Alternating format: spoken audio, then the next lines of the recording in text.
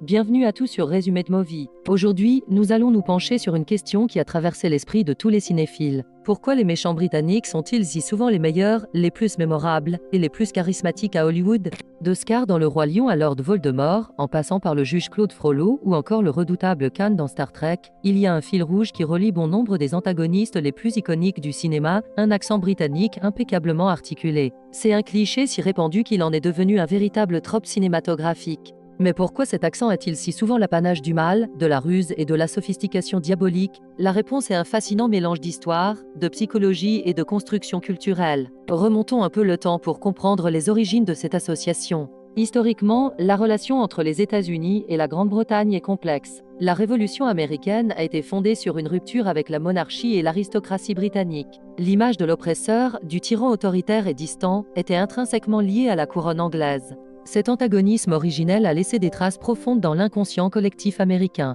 L'accent britannique, en particulier l'accent dit reçu ou RP recevait de prononciation, est devenu le symbole sonore de cette vieille classe dirigeante, perçue comme rigide, arrogante et déconnectée du peuple.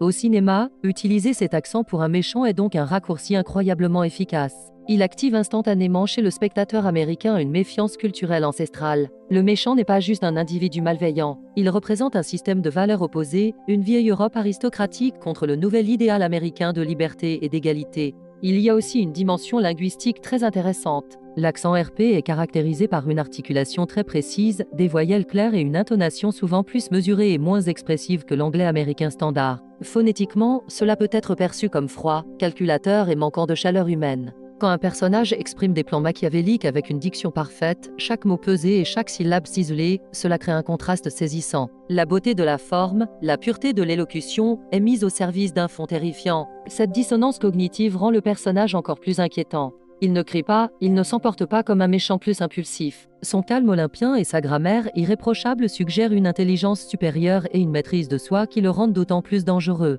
Il est au-dessus du chaos qu'il s'apprête à déchaîner. Pensez à des acteurs comme Alan Rickman, Jeremy Irons ou Tom Hiddleston. Leur formation théâtrale classique, souvent sur les planches des plus grandes scènes londoniennes, leur confère cette capacité à manier la langue avec une précision redoutable. Ils n'ont pas besoin d'effets spéciaux pour imposer leur présence. Leur voix seule suffit à remplir l'espace et à glacer le sang. Cette association entre l'accent britannique et l'intellect a une autre facette. Le méchant britannique est rarement une brute sans cervelle. C'est souvent un génie du mal, un stratège, un manipulateur qui est toujours à plusieurs coups d'avance sur le héros. Son accent devient alors le marqueur de son intelligence supérieure. Il symbolise une éducation d'élite, une culture vaste et une capacité à formuler des pensées complexes. Le héros, souvent américain et plus terre-à-terre, doit alors compenser par son courage, son instinct et sa force morale pour déjouer des plans d'une complexité diabolique. Cette dynamique crée un conflit classique et efficace, l'homme du peuple contre l'intellectuel arrogant, le cœur contre la raison froide, le nouveau monde contre l'ancien. C'est une formule qui a fait ses preuves d'innombrables fois. De plus, l'accent apporte une touche d'exotisme et de sophistication. Le méchant n'est pas juste le voisin d'à côté qui a mal tourné. Il vient ailleurs, d'un monde différent avec des codes différents. Cela le rend plus mystérieux, plus imprévisible. Cette élégance apparente est un outil de manipulation puissant. Le méchant britannique vous séduit par son esprit, son charme et ses belles manières avant de révéler sa nature véritable. Il est un loup déguisé en agneau et son accent est la plus belle partie de son déguisement. Le contraste entre son apparence civilisée et ses intentions barbares est au cœur de son pouvoir de fascination. On est à la fois attiré par son intelligence et repoussé par sa cruauté. C'est cette ambivalence qui rend ses personnages si captivants et inoubliables. Le cinéma hollywoodien a tellement joué avec ce stéréotype qu'il est devenu autoréférentiel. Aujourd'hui, un réalisateur peut choisir un acteur britannique pour un rôle de méchant en sachant que le public comprendra immédiatement les codes et les attentes associées à ce choix. C'est un outil narratif puissant qui permet d'établir le caractère d'un personnage en quelques secondes à peine. Cependant, il est important de noter que ce cliché, comme tous les clichés, peut être réducteur. Il simplifie une grande diversité d'accents britanniques en une seule catégorie et renforce des stéréotypes culturels.